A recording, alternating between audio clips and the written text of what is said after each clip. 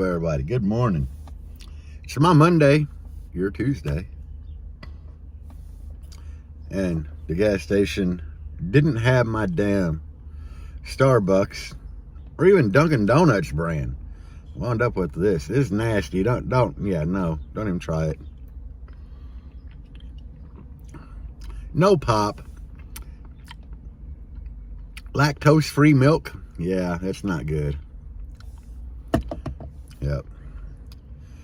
So, hopefully you watched the videos and seen what we accomplished over the weekend. I feel like we got a lot done for not being able to get the windshield out. We tried 2 different glass guys and it still ain't happening. So, hopefully this week. But, you know, the doors, that needed to be done. And they were a pain in the butt to get off.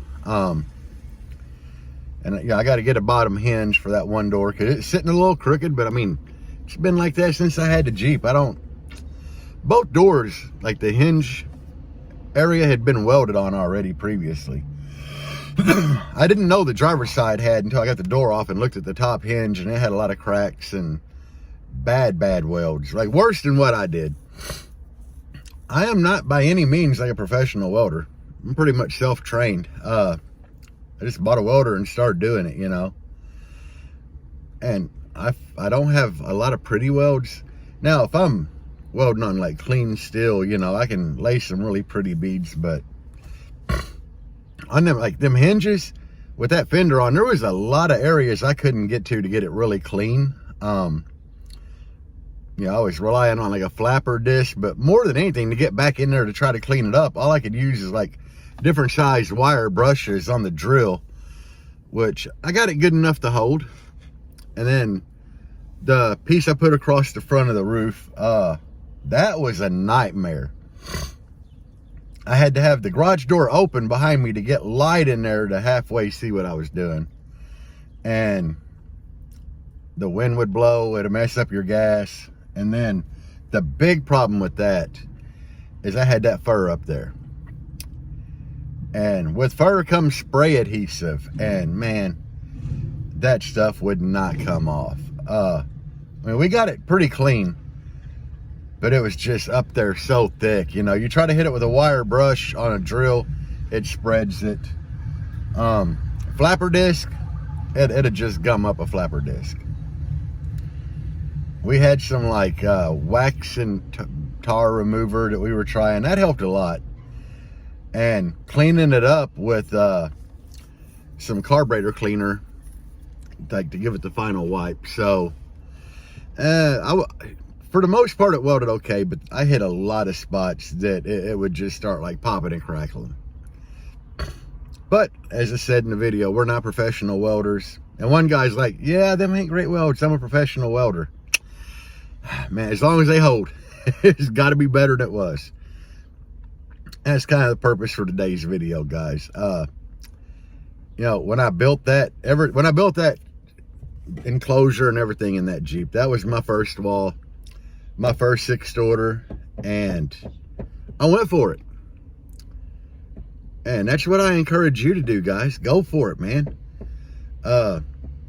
Just build. Get out there and build. I mean, it don't matter if it's perfect. It doesn't, you know. Because there wasn't nothing perfect about that enclosure in that Jeep. And, you know, it performed really well. A lot of my cuts wasn't, like, really, they wasn't good at all. They wasn't that straight, you know. And with 3 layers, it don't have to be. You got a little bit of a gap here and there. You know, squirt wood glue in it, or, you know, squirt PL3X in there. I mean, it all stayed together fine. I mean, that thing was a monster to get out. And I did have a lot of gaps, you know, where the cuts wasn't 100% perfect. But the point is, I went for it and I did it. And I encourage all you guys to do the same thing. It's like welding. Do I weld perfect? No. But I go for it. I do it. And for the most part, I've welded a lot of stuff in my life, and it's holding. So, like the rear end in that blue Jeep, that come out of a Ford Explorer, because, you know, I wanted that Ford 8.8. And I welded all them brackets to that rear end housing. Are they the most beautiful welds in the world? Nope. Have they been holding for 4 years? Yep. And like I said, it was my off-road rig for years before I put the system in it. So get out there and do it, guys. You know, nothing has to be perfect. Nothing's perfect in the world anyway. Hell, I've seen systems installed by professionals that were just straight garbage installs. Poorly built enclosures. So if you take your time and do it, get it done. As for the doors themselves, you know, that was a pretty good direct bolt on, and I had to make the stuff to get that latch system converted over. And you know, even that wasn't bad. I kind of envisioned in my head how I wanted to do it. I cut a plate of steel, laid the latch piece on there, drilled the holes in it, tapped them, trimmed it to fit in there, and you know, I got it in.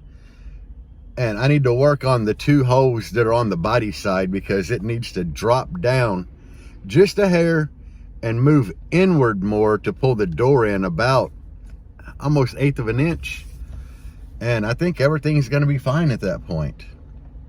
But you know, that was my vision. I wanted the full size windows like this newer Jeep here has, instead of that little quarter window. I mean, I like the quarter window. It's cool because it's got the little wing vent in it that turns, which I put in there out of a older Jeep. But you know, they don't seal great. You can hear them whistling when you're doing like 50 miles an hour. But it just creates like a damn, like, I don't know, a hurricane vortex there, you know.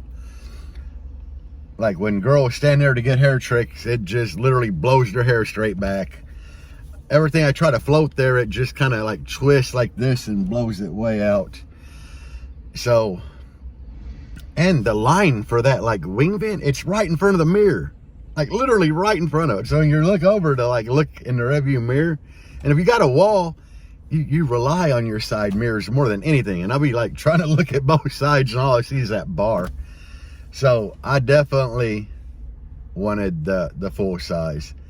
And with a window like this big, you know, even laying your arm up there, it's uncomfortable. So, you know, that was what I wanted to do, and I'm doing it. And that's what I encourage you guys to do. You want to do something, do it, guys. Like, for real, just do it. There's nothing stopping you but you. And before you say money, I spent like $30 this weekend on my build and did all that. I mean, I'm sure you can find scrap steel laying around to weld stuff up. Everybody's got buddies with scrap steel laying around. And what sucks, when you go to the steel supply shop, and I don't mean somewhere like Lowe's or whatever, they're robbing you, an actual steel supply. You get steel a lot cheaper, it's just you got to buy 20 foot of it. Which I always made them cut it in half, and I strap it to the top of the Jeep to get it home. But I did have that steel laying around. I took all that to Billy's with me when I took the Jeep out there. But I had to buy a tap, and I did buy like a couple punches to try to drive that top door pin out, which it wasn't coming out. That thing hated me.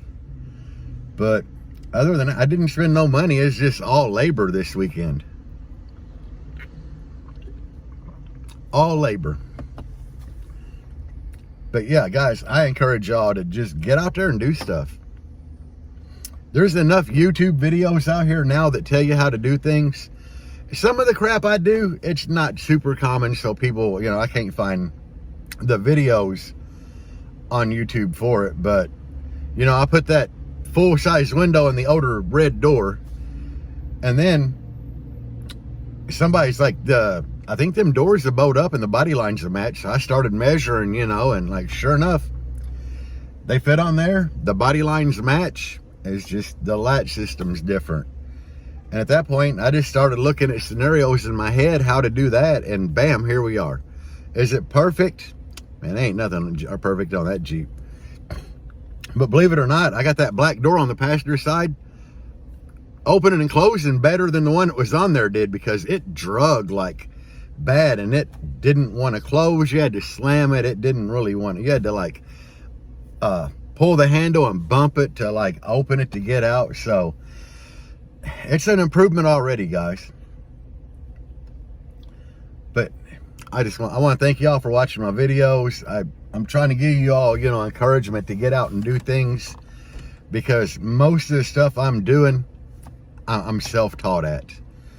And us guys that do stuff like this, that are self-taught, you know, we might watch YouTube videos, which is what's great about YouTube. You can learn things, but man, that first step is just doing it.